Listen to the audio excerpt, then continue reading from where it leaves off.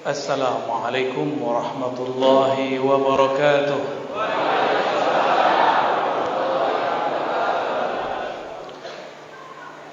Alhamdulillahil alimil majid alladhi amarana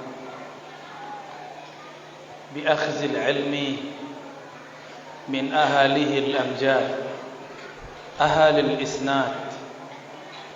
Asyhadu an la ilaha illallah wa asyhadu anna Muhammadan abduhu wa rasuluh. Allahumma salli wa sallim wa barik ala sayyidina Muhammad wa ala alihi wa ashabihi wa ali baitihi wa dzurriyyatihi ajma'in. Amma ba'du.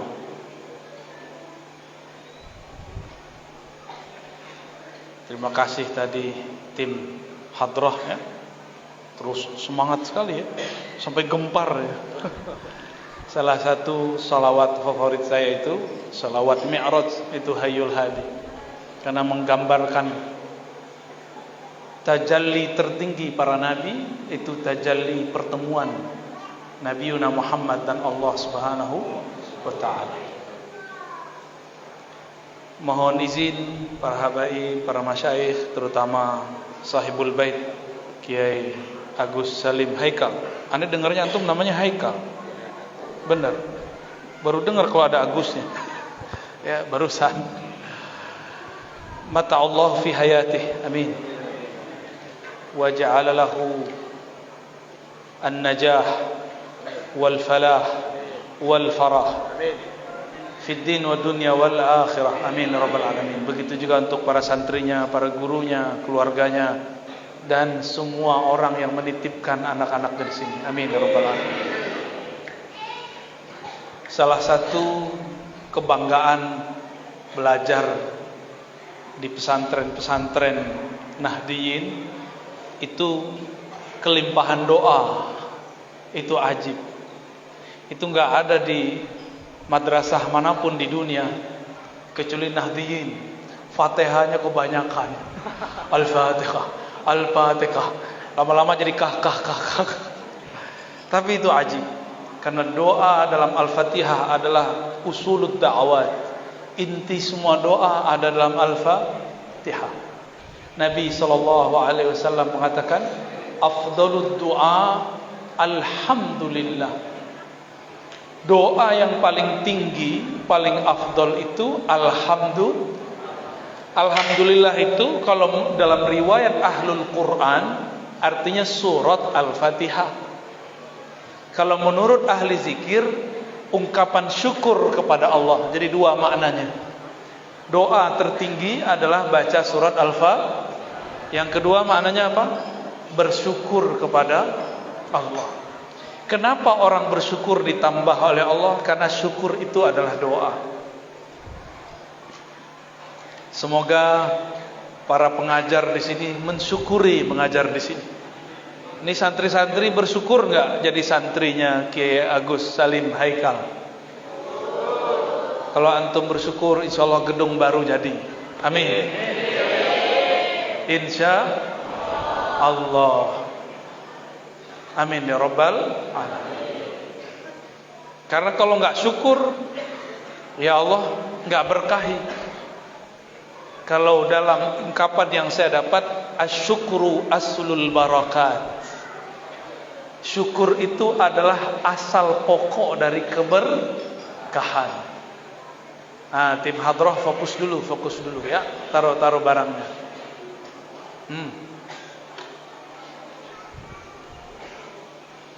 Dikasih tahu tuh.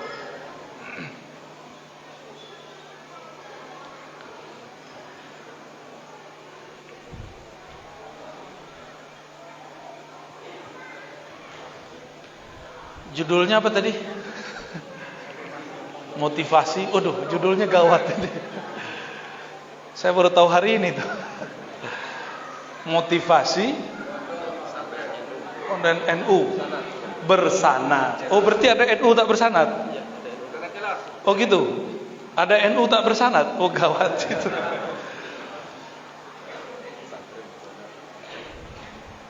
Sebelum ada NU sudah ada sanad. Ketika kemudian muncul berbagai madrasah, sekolah-sekolah, Maka sanad ini banyak diselamatkan oleh orang-orang nahdiyin. Ada berita yang luar biasa. Musnid dunia, pemegang sanad di dunia, namanya Syekh Muhammad Yasin Al-Fadani. Itu pun pernah mengambil sanad daripada pendiri NU, Hadratus Syekh Hashim Asy'ari. Beliau guru di Mekah, ngambil sanadnya ke orang Jawa Timur. Ajib kan? Karena ternyata Hadratus Syekh punya sanad kepada Syekhana Khalil Bangkalan, yang disebut oleh Syekh Yasin Al-Wali Al-Kabir Sahibul Karamat. Jadi berita itu sampai kepada beliau. Dan Maulana Khalil Al-Maduri itu berlangsung belajar kepada Imamuna Syekhuna Al-Mufassir As-Sufi Al-Faqih Al-Mutakallim Syekh Nawawi Al-Bantani. Ajib nggak tuh? Ya. Kalau yang orang Sumatera Barat protes dia, kok nggak disebut kita? Tenang udah. Ya. Hadratus Syekh Hashim Asy'ari juga berguru kepada orang Minang, namanya Syekh Ahmad Khatib Al-Minangkabawi. Puas. Ya.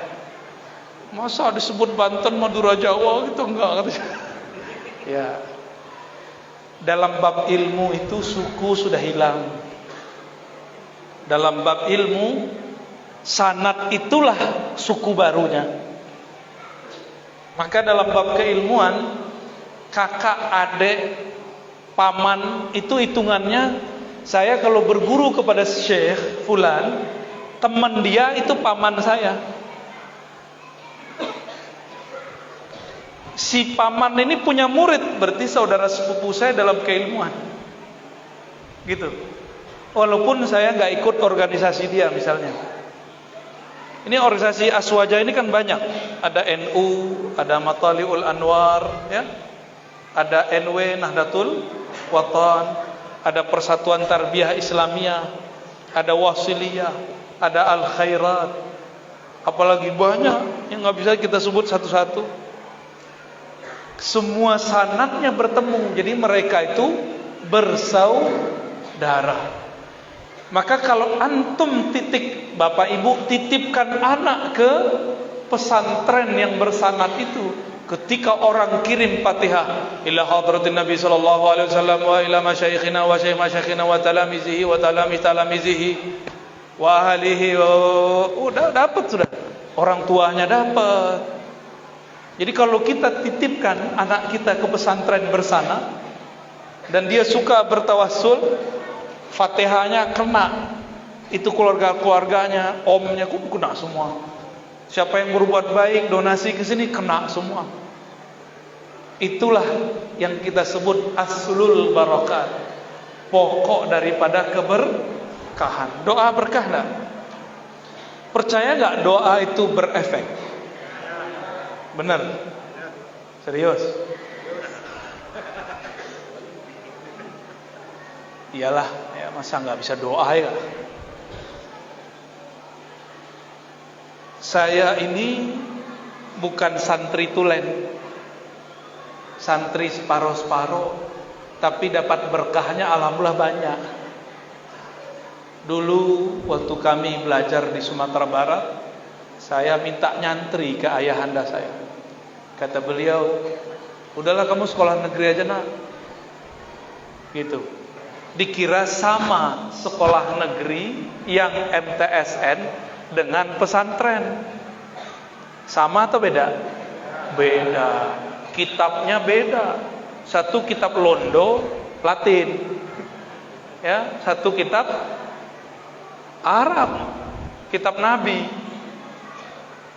Cuma nggak berjenggot, ya.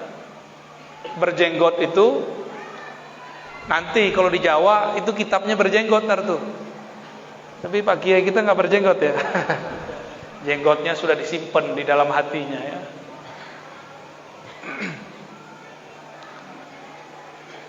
Nakalnya saya waktu remaja bukan nakal nyabu, bukan. Nakalnya itu ikut aliran aneh-aneh. Ikut aliran listrik, ikut aliran macam-macam. Masih muda belajar torikot juga macam-macam. Yang penting saya ngaji, saya cuma pengen ngaji. Karena hasrat mau nyantri tidak dapat, maka saya datangi orang-orang yang buka kajian agama, siapapun itu. Untunglah Allah panjangkan umur, saya bertemu guru-guru bersanad. Ngaji di sebuah surau, beliau mengatakan saya ini murid daripada Syekh Jamil Jau. Jamil Jau itu di Sumatera Barat. Ada lagi yang mengatakan saya ini murid Zakaria Labai Sati. Ada lagi yang mengatakan saya murid fulan. Saya mikir itu namanya apa? Ternyata belakangan kita dikasih tahu itu namanya sanad. Kita teliti, cuma sampai di kakek guru udah nggak bisa diteliti, nggak punya datanya. Ketika 2004, 2005, 2006 saya berinteraksi dengan santri-santri Jawa di Jakarta, mereka sering sebut nama Syekh Yasin Al-Fahdani. Bahkan ada satu kitab Fawaid Jinniyah atau Janiyah yang kami pelajari di pesantren saat itu. Saya nggak ngerti yang ngarang itu siapa. Paling ngarang Syekh Yasin Al-Fahdani. Betapa jahilnya kami saat itu. Terus ada orang ijazah-ijazahan di masjid. Saya bilang, hari gini masih ijazahan, kuno gitu. Itu tahun 2004 kita ngomong. 2006 saya bertemu guru dari Suriah, namanya Syekh Badi' Sayyid Al-Laham. Ada lagi Syekh Taufik Al-Buti. 2007 mereka datang lagi, kita ketemu lagi, kita mengaji lagi, kuliah lagi, baca kitab lagi. Kami dapat keberkahan saat itu ketemu Syekh Khaja Muhammad Sharif dari Hyderabad, India, salah satu ustazul hadis di universitas tua di India, namanya Universitas Nizamiyah, Hyderabad, India. Kami di situ ijazahan kitab Sahih Bukhari, Muslim, Abu Daud, Tirmizi, Ibnu Majah. Lalu beliau kemudian mengijazahkan, apa kata beliau? Sanad saya dari orang kampung kalian, Syekh Muhammad Yasin Al-Fahdani. Di situ saya mulai kaget. Kok yang mengenalkan sanad imam-imam kita bukan orang kita, tapi orang India, orang Suriah, orang Hadramaut, orang Saudi, orang Mesir. Kawan saya kuliah di Mesir, murid dari Syekh Yasin Al-Fahdani. Waktu dia ke Mekah, dia datang ke Syekh Yasin. Syekh Yasin tinggalnya di Mekah. Di mana tinggalnya? Di Mekah. Syekh dari Mesir ini mengatakan, ajaztukum, aku ijazahkan kalian sanad ilmu ini dari guruku Syekh Yasin Al-Fahdani. Nyeletuklah kawan saya ini yang dari Padang. Apa kata dia? Ya Sidi Syekh Al-Fahdani min qaryatina. Fahdani itu kampung kita. Kata syekhnya, ente kazab. Jadi syekhnya nggak ngerti ilmu geografi. Dikira Fahdani itu Mekah. Ya. Ternyata Al-Fahdani dari Padang. Ketika ada yang ngaku nggak meyakinkan. Masa muka kami begini? Ya, Al-Fahdani. Semenjak saat itu saya berkali-kali mimpi Syekh Yasin Al-Fahdani atau murid-muridnya. Dan sejak saat itu pun menjadi pemburu sanad. Di kampung kami dulu ada orang baca kitab Dalail Khairat, kitab selawat. Cuma horor, dibaca cuma pas kematian. Ternyata ketemu beliau-beliau ini Kiai Agus Salim Haikal, Kiai Lukman, mengamalkan kitab Dalail bukan pas kematian, tapi selesai khatam Quran diijazahkan oleh kiainya sebagai pelengkap. Kalau sudah baca Quran, banyakin solawat. Torikot Syaziliyah, Furu' Jazuliyah. Furu' apa? Karena imam yang menyusunnya namanya Imam Al-Jazuli. Ya, saya dulu kalau lihat kitab dalail itu saya buang, saya simpan jauh-jauh, karena takut orang tua saya ntar mati.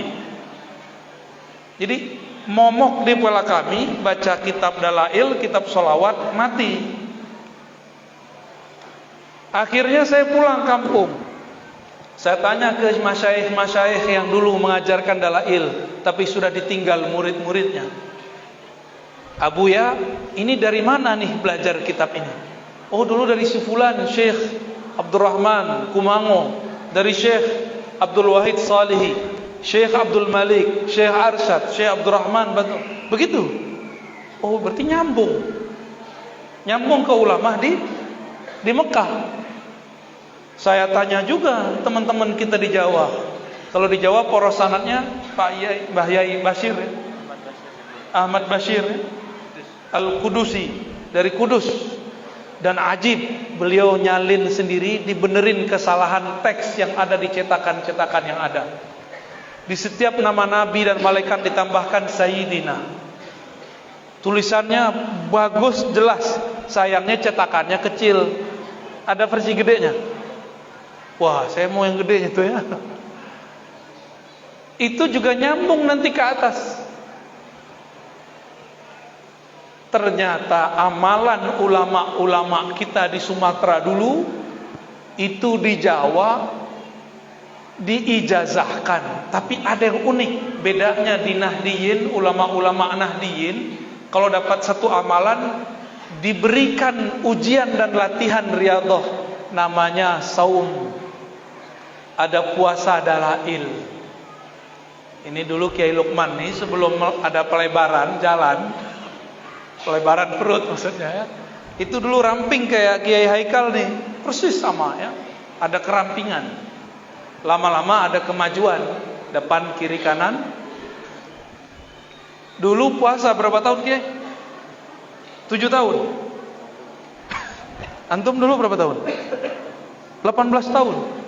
Pantesan badannya meringis badannya. Jadi sekarang ini udah mulai mekar, tunggu 3 tahun lagi mekarnya 11-12 sama Kiai Lukman. Dulu sampai sekarang orang kalau di sana tuh selesai khatam Quran atau mau riyadhah dalail dipuasain. Yang paling ringkas tuh 7 hari.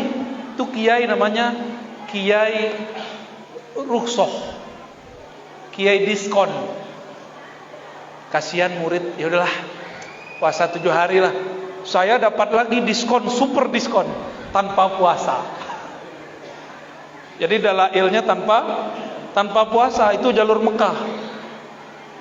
Beliau-beliau ini masih horor nih. Mau dapat sirnya dalail, sanatnya harus dipuasakan dulu. Dulu standarnya kalau orang mau ngambil sanad itu dulu pergi ke Tegalrejo ya. Ada kiai di situ, jalurnya langsung, puasanya 3 tahun. Gimana kira-kira? Orang Sumatera dengar begitu mundur ah. Ya, si Uda langsung mundur. Saya nyediain buka orang puasa aja katanya, biar dapat berkah orang dalail.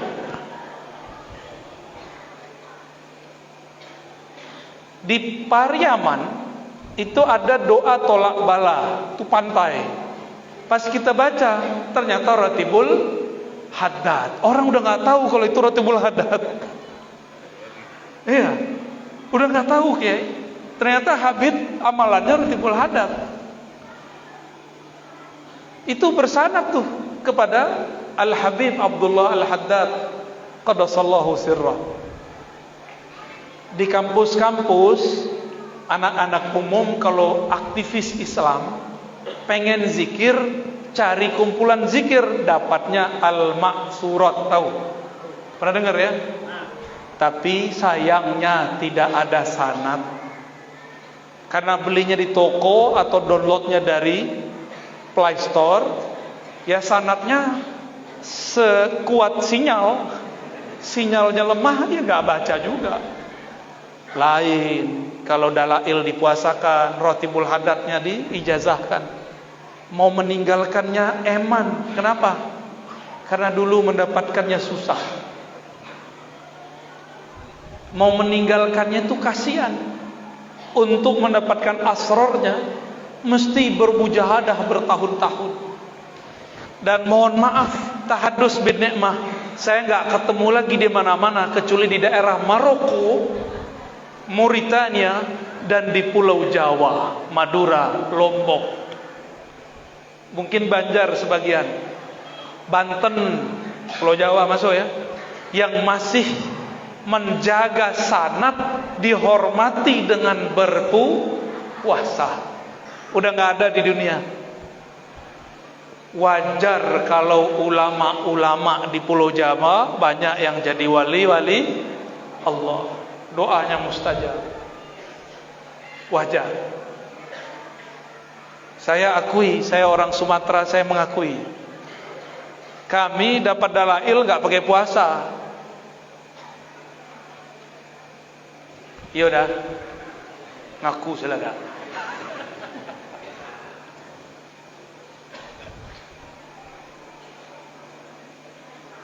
Sanad Quran di Jawa ada dua kiai terkenal, Mbah Munawir, Mbah Munawar.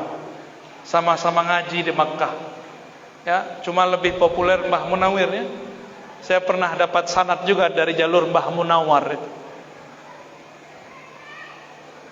Kerapia ya, Mbah Munawir. Itu ngambil ilmunya kemana? Ke Makkah.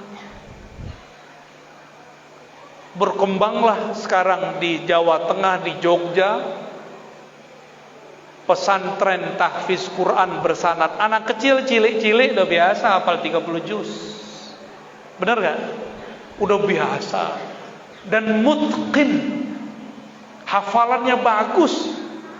Karena dia belum kenal musik, dia belum kenal handphone.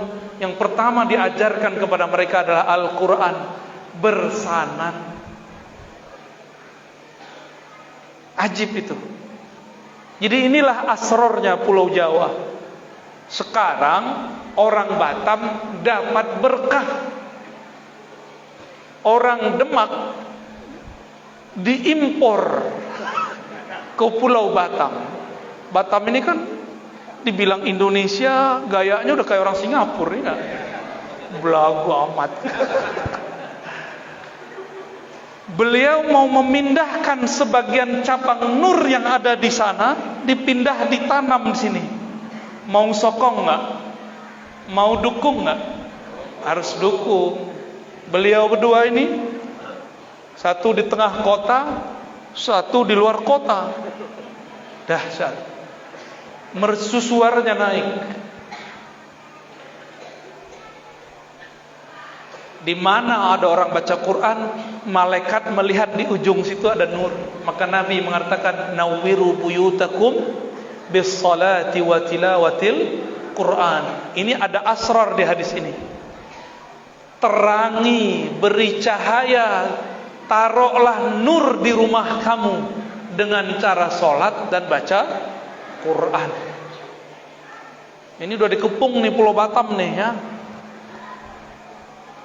Satu di tengah, satu di sini. Ini Kiai Haikal nih pinter nyari yang tempat yang sepi, yang tanahnya masih luas, tapi pagernya ada masalah.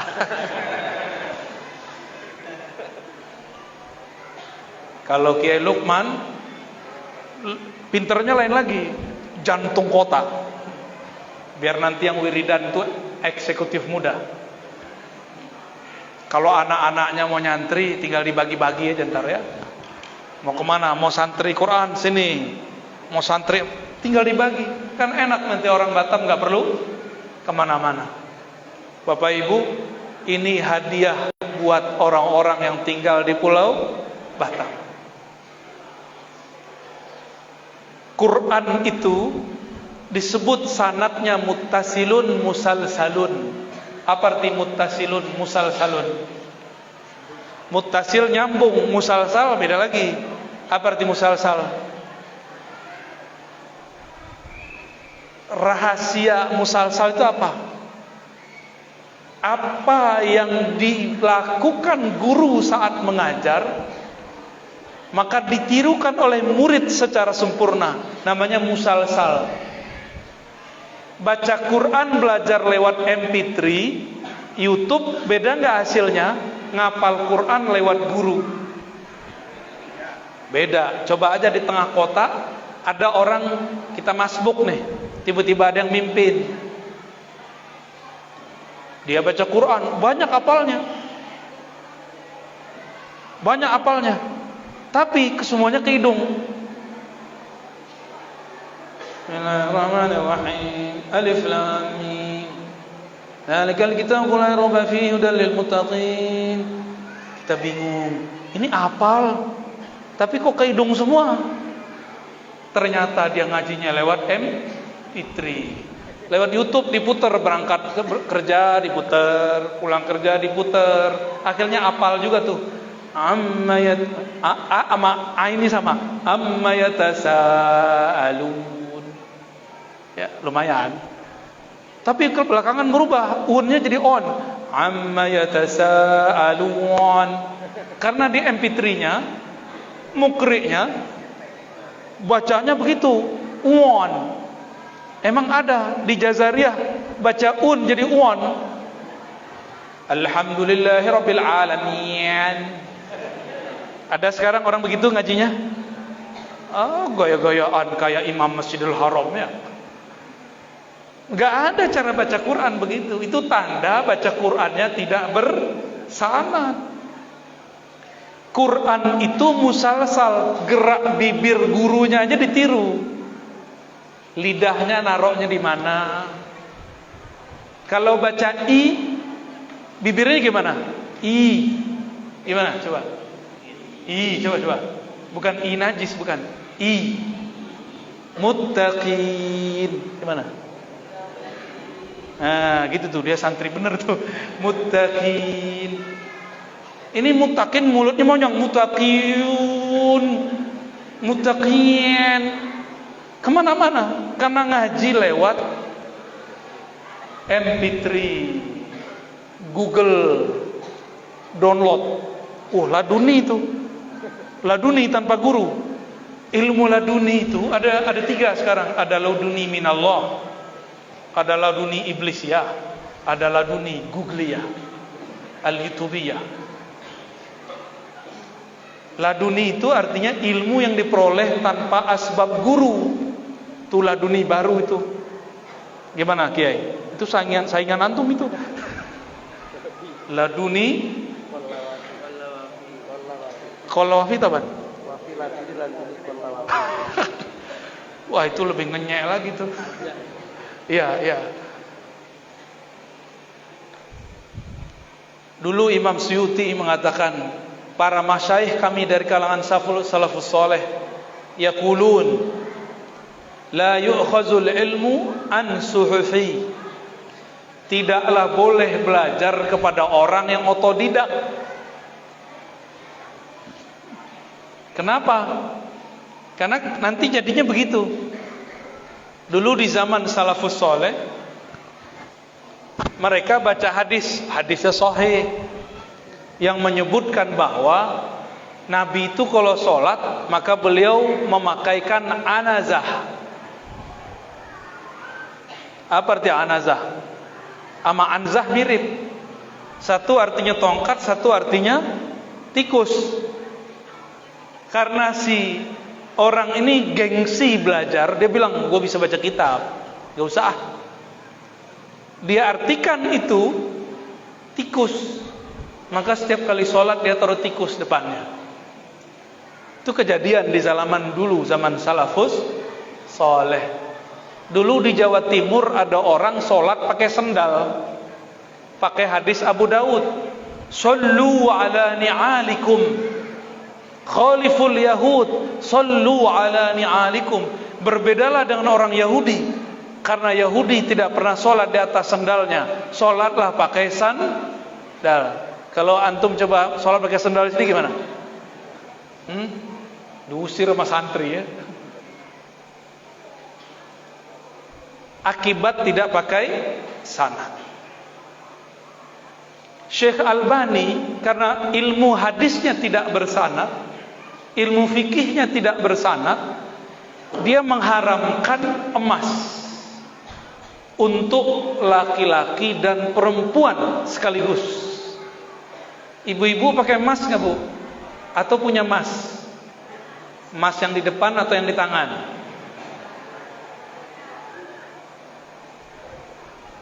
Kata Syekh Albani, emas itu haram untuk laki-laki dan perempuan. Imam-imam dulu ini yatajahalun, pura-pura bodoh, pura-pura nggak ngerti, kata dia. Karena Syekh Albani tidak bersanad. Orang kalau tidak bersanad, bersanad itu artinya berguru, maka dia akan kurang ajar sama ulama nanti. Ini ciri-ciri nih ya.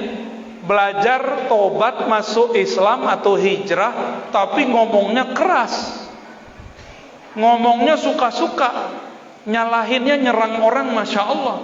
Itu tanda dia belajarnya bukan kepada orang yang bersanad. Gurunya kurang ajar, muridnya ikut kurang ajar.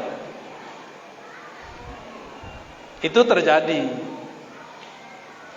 Maka di pesantren-pesantren Nahdiyin, awal pertama ngaji kitab Ta'limul Muta'alim. Bener Pak Kiai? Tuh. Adab-adab ngaji. Meskipun adab di situ enggak semuanya cocok untuk orang kita, tapi yang penting kita tahu adabnya. Ada di situ yang enggak cocok karena ini ada tradisi yang masuk. Tradisi si imam penulis. Cuma prinsipnya sama. Imam Muslim, imam ahli hadis bukan? Imam Bukhari, imam ahli hadis bukan? Sahih Bukhari dan Muslim itu dua orang tuh. Jadi Bukhari Muslim itu bukan satu orang. Ntar ngasih nama anak jangan dijago ngabung ya. Wah, nama anak saya 3 aja. Muhammad, Ahmad, 4 ya. Ahmad, Bukhari, Muslim. Nabi, imam ahli hadis Nabi, Bukhari, satu lagi Muslim. Pengen semua-semuanya dia. Itu Imam Muslim, ketika Imam Bukhari selesai menjelaskan hadis, disambut oleh Imam Muslim dan Imam Muslim mengatakan, wahai tuan guru, izanli, izinkan aku an uqabbila yadaika wa rijlaik, untuk mencium tanganmu dan kakimu. Syirik gak? Bukan hanya cium tangan, sampai cium. Untuk tradisi kita nyambung gak? Gak nyambung ya. Tapi ada loh di kitab, ada di hadis Nabi. Orang Yahudi datang kepada Rasulullah dalam hadis Nasai, bertanya mengenai 10 perintah Allah. Dijawab oleh Nabi dengan jawaban yang lugas. Akhirnya mereka mengatakan, asyhadu annaka Rasulullah. Cium tangan Nabi sama kaki Nabi, Nabi biarkan. Tiba-tiba muncul orang tidak bersanad, ngakunya kuliah di kotanya Nabi, bilang cium tangan nisfus sujud, takbilul yad nisfus sujud, cium tangan itu separuh sujud. Gimana? Dia buat hadis-hadis sendiri. Karena dia pakai bahasa Arab, dikira oleh pengikutnya itu hadis, padahal itu hadas. Mana ada dalam kitab manapun, antum cari di kitab mana saja, di Quran, di Sunnah, di Ijma', di Qiyas, kitab imam yang 4, kitab hadis yang beberapa puluh itu, tidak ada satupun ungkapan takbilul yad nisfus sujud. Itu mah bahasa Indonesia yang di Arab-Arabkan itu ya, cium tangan separuh sujud. Katanya kata Allah dan kata Rasul, itu mah kata dia ya.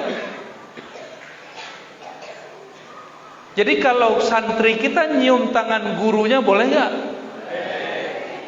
Kalau ada orang bilang gak boleh, kita ajak dia ke sekolah SMA. Ntar lihat, guru SMA, guru matematika, tangannya dicium sama siswa. Itu kenapa gak syirik? Kenapa guru matematika dicium tangannya gak syirik? Giliran guru ngaji dicium tangannya Syirik karena nggak bersanad.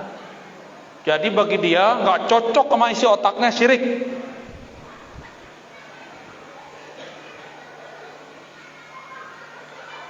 Di tradisi ulama-ulama Nahdiyin bersanad, karena saya nyantri kepada ulama NU.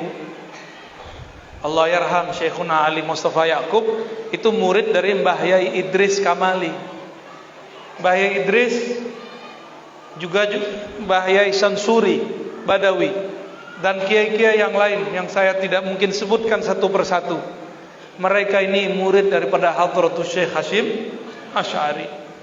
Tapi mohon maaf Pak Kiai, saya tidak intisab, tidak menisbatkan diri kepada organisasi. Cukup taklim beliau, dawuh beliau yang saya ambil. Gitu, mohon dimaklumi ya. Tapi kalau dibuka sama.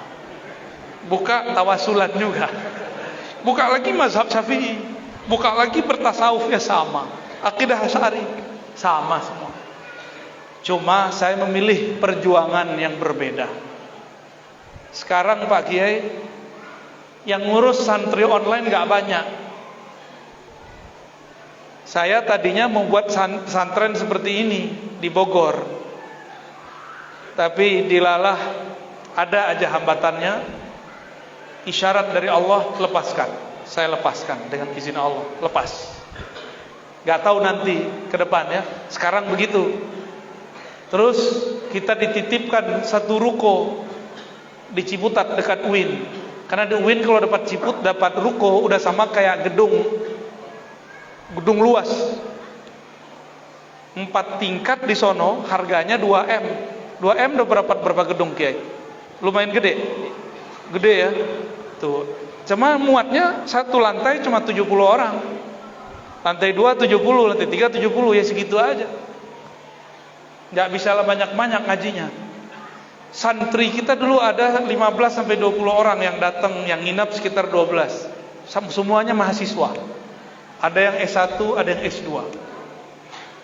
Alhamdulillah tiba-tiba pandemi datang. Santri saya kabur semua. Pulang kampung, balik-balik bawa surat undangan.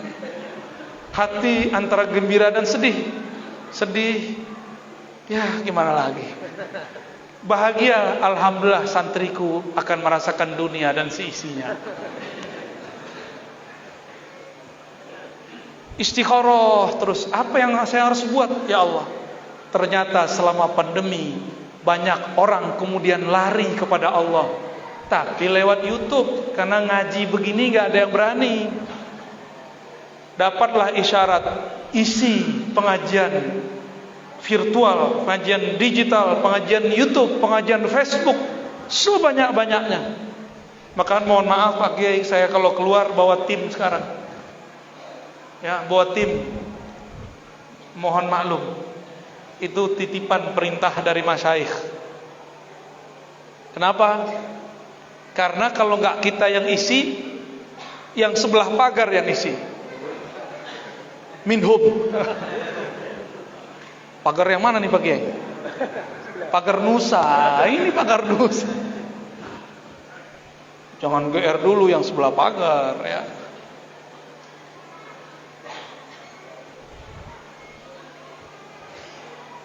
Dan saya bersyukur alhamdulillah dapat sanad dari jalur murid-murid Syekh Yasin Al-Fadani. Salah satu yang saya mulazamah namanya Kiai Ahmad Marwazi, masih hidup di Jakarta. Masih seger, umur 61 atau 62 sekarang. Beliau ternyata waktu Mbah Idris Kamali hijrah ke Mekah, kan istrinya meninggal. Istrinya kan anak dari Hadratus Syekh Hashim Asy'ari. Pindah ke Mekah, nginap di satu tempat, tinggal satu tempat. Beliau buka taklim, yang jadi santrinya Kiai Ahmad Marwazi, guru saya yang dari Kuningan, Jakarta. Nyambunglah 2 jalur kepada Mbah Idris. Jadi kalau sanad kita sama 100% dia, ya. Ya. Miyah fil miyah, ya. Apa yang bikin saya kaget ketika saya masuk ke pesantren Jawa, pesantren-pesantren yang ada di NU? Yang bikin saya kaget, semua kitab itu dikasih jenggot. Bukan jenglot, jenggot. Jadi jenggotnya para kiai itu udah dipindahin ke kitab. Makanya coba lihat tuh, udah nggak nyisa udah. Saya ini khotnya nggak pernah bagus, jadi paling jarang buat catatan. Jangan ditiru ya santri-santri ya. Jadi kalau belajar nahu, ujurumiyah apa, saya nggak bisa nulis. Saya bisanya cuma lihat dengar. Sekali nulis buyar. Kawan-kawan saya itu kitabnya selesai kita ngaji berjenggot semua. Kitab yang paling rapi kitab saya, nggak ada jenggotnya. Ya. Saya kira itu mainannya dia. Kita penelitianlah ke Pulau Jawa, penelitian kitab-kitab klasik. Ternyata hampir semua kitab-kitab lama itu ada jenggotnya. Pantesan Kiai NU udah gak berjenggot. Saya karena gak nulis jenggotnya masih nyisa. Cocoklogi. Kan sekarang ilmu cocoklogi bersanad juga. Cocoklogi bersanad. Bapak Ibu yang dimuliakan Allah, kalau kita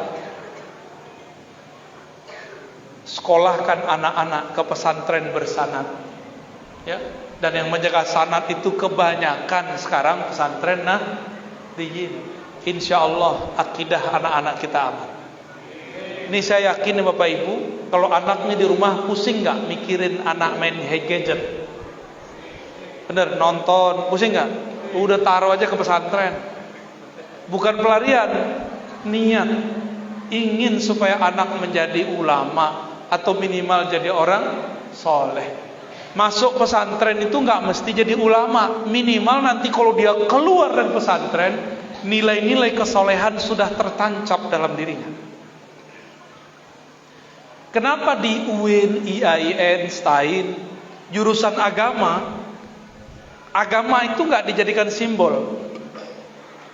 Mau kuliah nggak ada tuh, baca Quran dulu nggak perlu lagi. Kenapa? Quran sudah di dada mereka.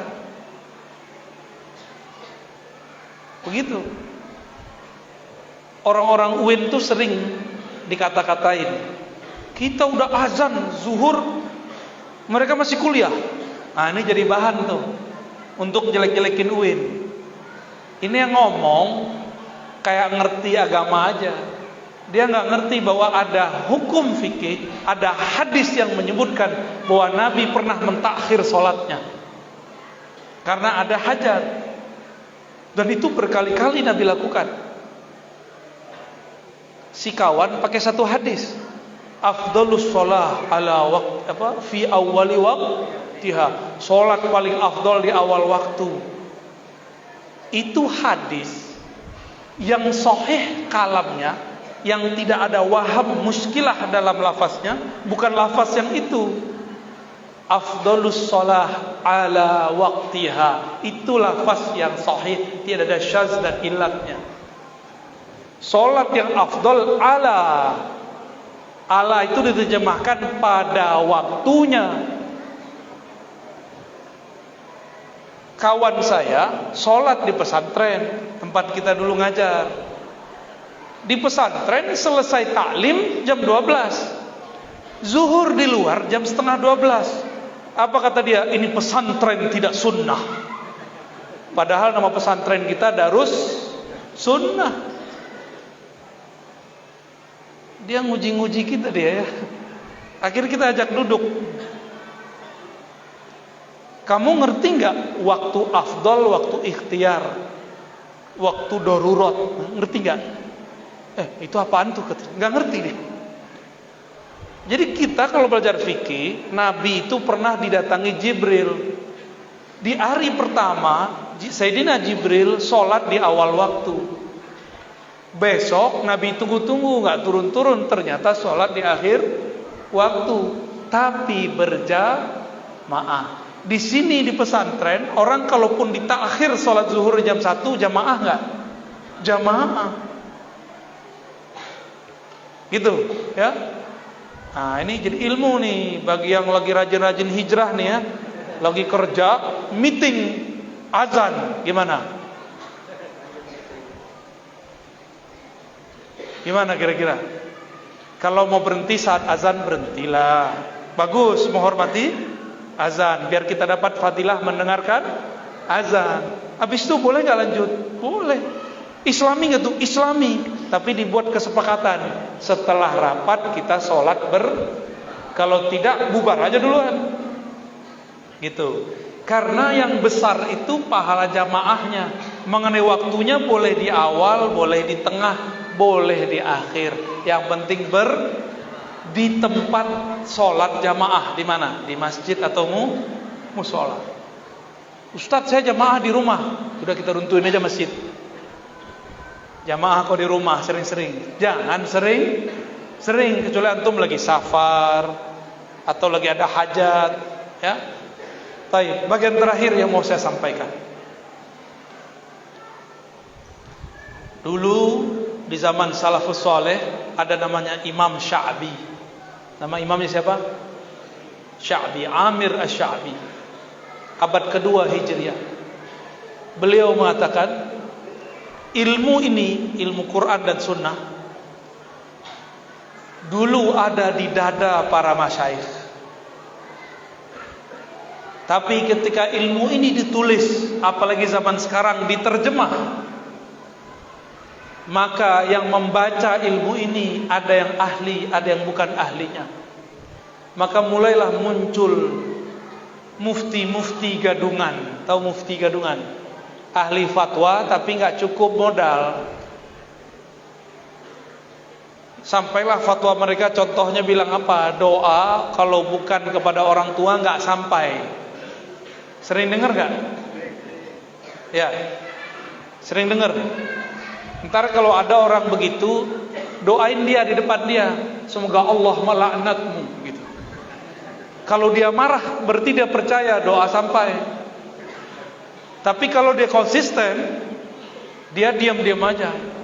Doamu tidak sampai, kawan. Kira-kira gimana? Biasa dia yang mana? Pasti yang pertama ya. Nah, nanti cobain ya. Kalau ada orang gak percaya doa sampai, doain, ya Allah, turunkan azab kepada orang ini. Kalau dia marah, balikin, katanya doa kalau bukan ke orang tua nggak sampai, ya. Mau nggak? Bapak Ibu yang mulakan Allah, karena sekarang zamannya ilmu ini sudah diterjemah ke bahasa kita, maka siapa saja bisa baca Sahih Bukhari, siapa saja bisa baca terjemah Al-Quran. Akhirnya apa yang terjadi? Orang kadang tidak pernah berguru, tidak pernah bersanad, sudah mulai ngajak debat agama. Kiai yang sudah 20-30 tahun ngabdi, belajar dan mengajar, ditantang oleh orang yang baru hijrah 3 bulan lalu. Pak Kiai, saya mau debat. Guru Pagar Nusa ditantang oleh orang baru masuk belajar silat 3 bulan lalu. Siapa yang babak belur? Sama begitu. Orang baru hijrah 3 bulan lalu, 3 tahun lalu, 5 tahun lalu, tapi nggak bisa-bisa juga baca Ujurumiyah, ya nggak? Nantang kiai yang hafal Alfiyah atau hafal Ujurumiyah. Kira-kira gimana kejadiannya? Menggenaskan. Menggenaskan bener. Saya dulu kerjaannya begitu. Awalnya digituin orang, lama-lama karena pengalaman kita gituin orangnya. Dulu kemana aja kita debat orang. Ternyata saya debat orang baru pegangannya Ujurumiyah. Yang saya debat hafal Alfiyah. Ya salam. Halakun bin halakin. Jadi kadang-kadang kita ini mau debat orang nggak ngukur-ngukur diri. Inilah hebatnya orang bersanad. kalau dia tambah ilmu, nggak tambah sombong. Coba aja lihat Kiai NU, jarang mau jadi imam di masjid. Bisa mundur-mundur. Kalau perlu datangnya pas masbuk. Iya, tunggu-tunggu dulu. Akhirnya yang jadi imam, yang jazariyahnya nggak beres ya. Dosa tuh Kiai NU tuh.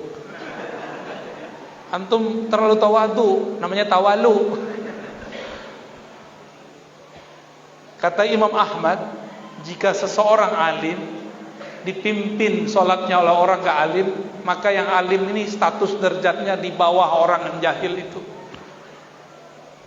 Tawadu itu ada tempatnya. Ya, Pak Kiai ya, para asatis. Gimana, ada tanya jawab kita? Emang ada? Baik. Maka saya menghimbau Bapak Ibu yang melakukan Allah, mari sekolahkan, santrikan anak kita di pesantren-pesantren bersana. Dan sejauh ini yang saya lihat, yang masih menjaga sanad itu ulama-ulama Nahdiyin. Nahdiyin kelompok mana aja sama, mau garis lurus, garis bengkok, garis naik-naik turun, itu sama bersanad semua. Cuma kalau politik saya nggak tahu ya, itu urusan mereka itu. Kiai saya tidak berpolitik, maka saya tidak berpolitik. Kiai saya nggak timur nggak barat, maka saya ahlu sunnahnya tidak timur tidak barat. Yang penting bersanad kepada Hadratus Syekh, bagi saya cukup. Ya, bagi saya sudah cukup. Nggak perlu ikut-ikut macam-macam. Ya, kira-kira itu yang dapat saya sampaikan. Kita doakan semoga Kiai Agus Salim Haidar dan keluarga diberkahi hidupnya. Kita dapat kabar anaknya jatuh ya, waktu patah tangan. Semoga segera sembuh ya. Amin rabbal alamin. Kita doakan beliau sehat selalu. Kita doakan pesantren ini menjadi corong ahlus sunnah wal jamaah. Jika ada hajat, ada niat baik hendak mengembangkan, semoga Allah kembangkan dengan kekayaannya, dengan rahmatnya, dengan fadlnya, keutamaan-keutamaannya. Al-haziniyah wa likulli niyatin salihah wa li naili maqasidina. Al-Fatihah. A'udzubillahi bismillah.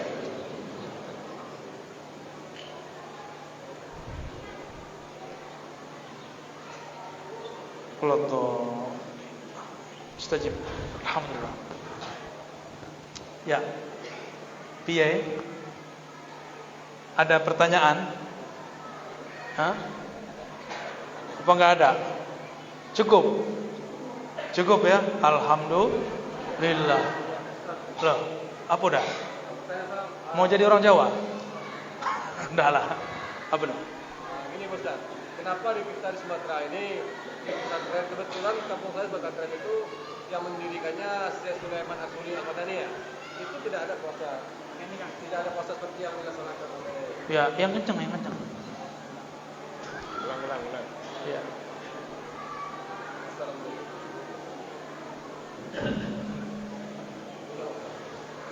Assalamualaikum warahmatullahi wabarakatuh.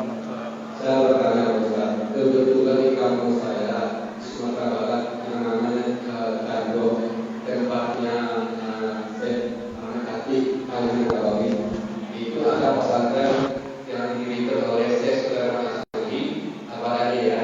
Itu tidak ada yang namanya hingga seperti yaitu puasa. Nah, itu bagaimana Pak Ustaz berkecimpung di semua orang Sumatera yang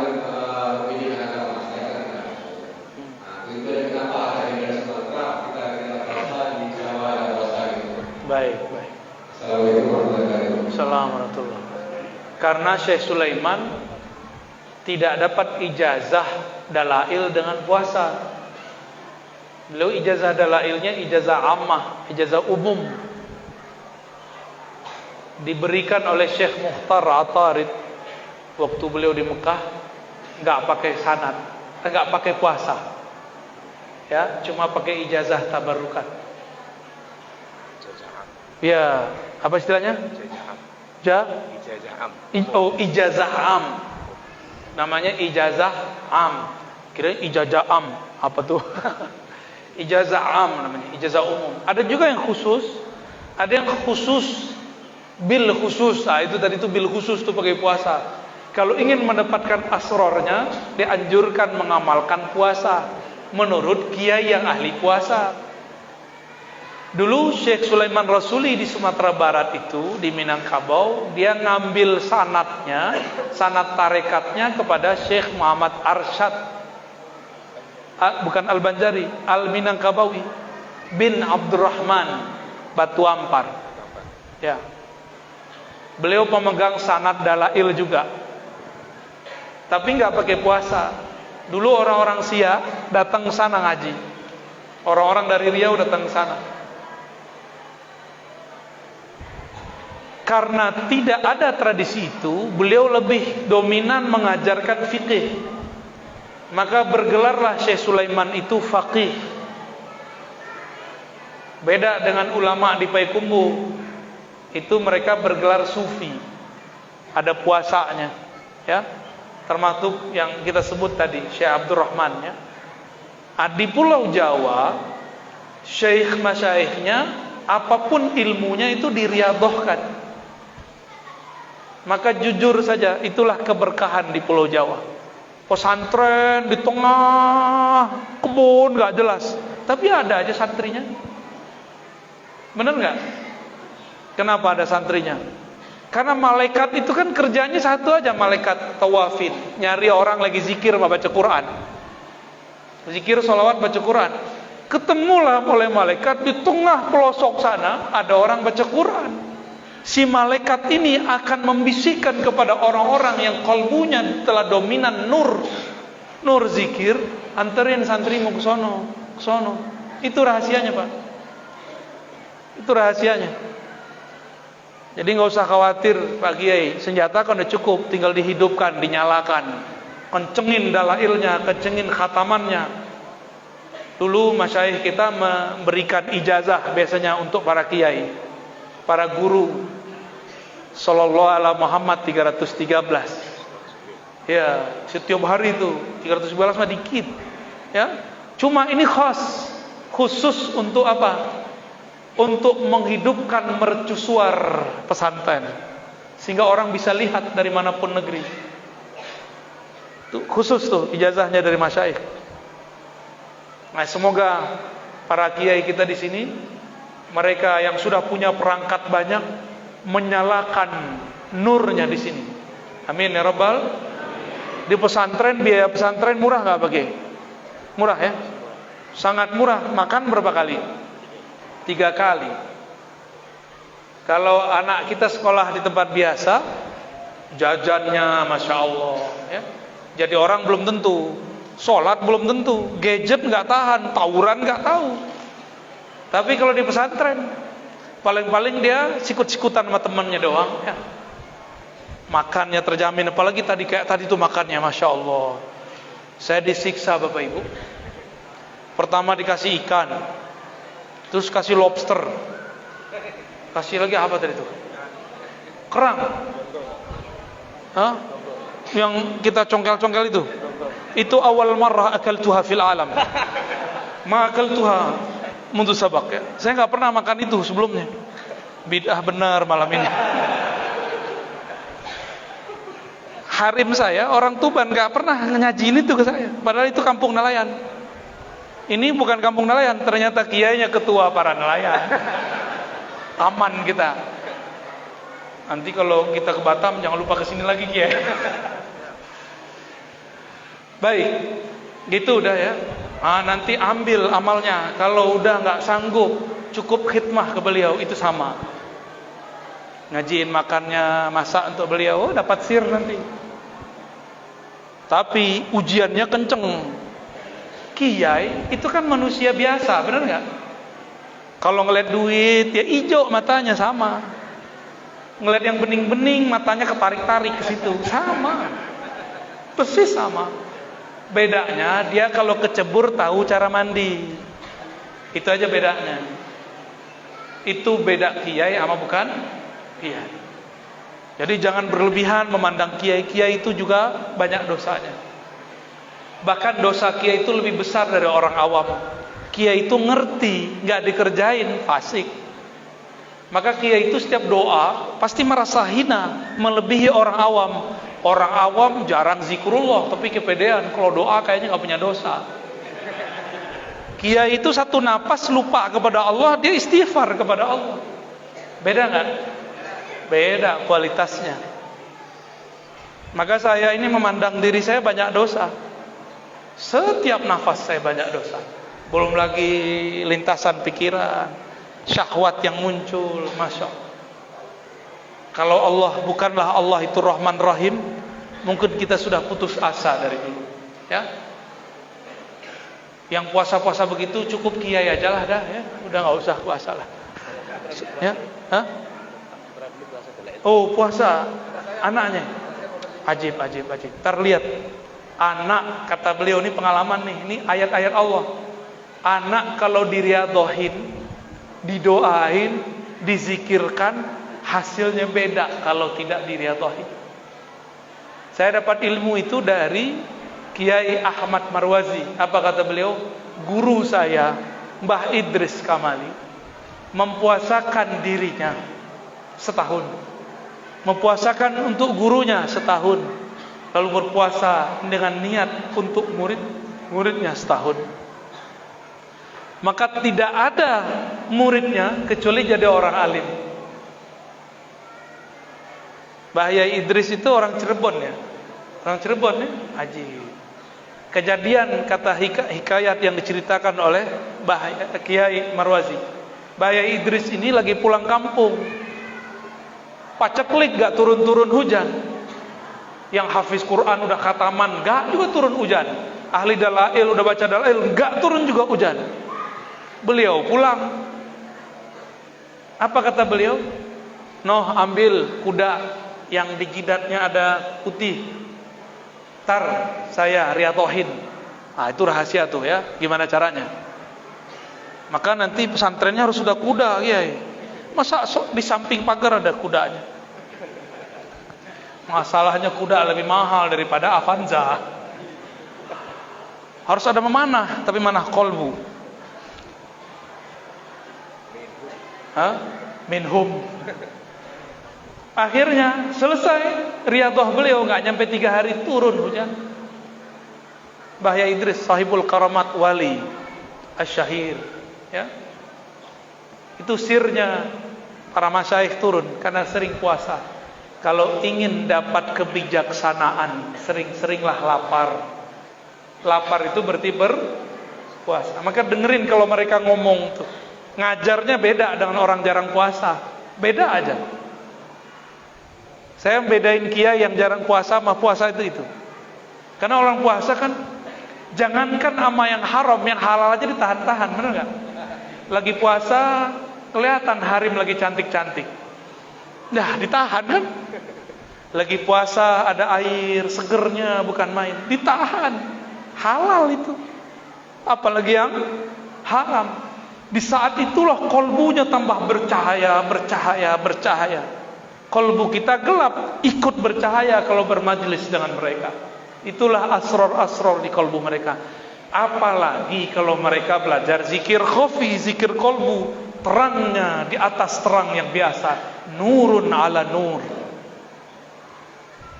Inilah kenapa di kampung muda itu orang-orang suka zikir khafi di kolbu aja. Khatam Quran jarang. Kalau di hadis itu disebutkan perumpamaan orang yang baca Quran, dia mukmin. Itu kayak buah jeruk harum tanpa dikupas. Iya.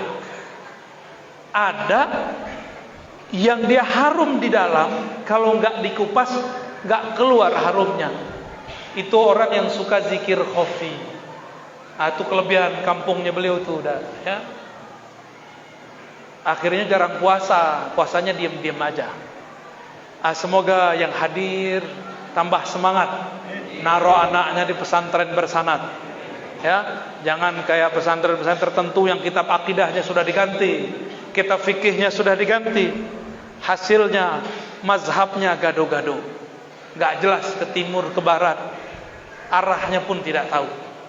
Saya doakan semua yang hadir diridhai Allah Subhanahu wa taala, terutama yang mengajar, yang khidmah, yang masak, yang bersih-bersih, yang membangun ini, yang donasi, semuanya yang berbuat baik di sini walaupun cuma 1 jengkal, semoga Allah tinggikan derajatnya, Allah sehatkan badannya, Allah berkahi hartanya, Allah jaga anak keturunannya. Amin ya rabbal alamin. Terakhir kita baca untuk kiai, untuk keluarga dan semua santri yang belajar di sini dan orang tua mereka dan para pewakif, untuk mereka Al-Fatihah. A'udzubillahi minasyaitonir rajim. Bismillah.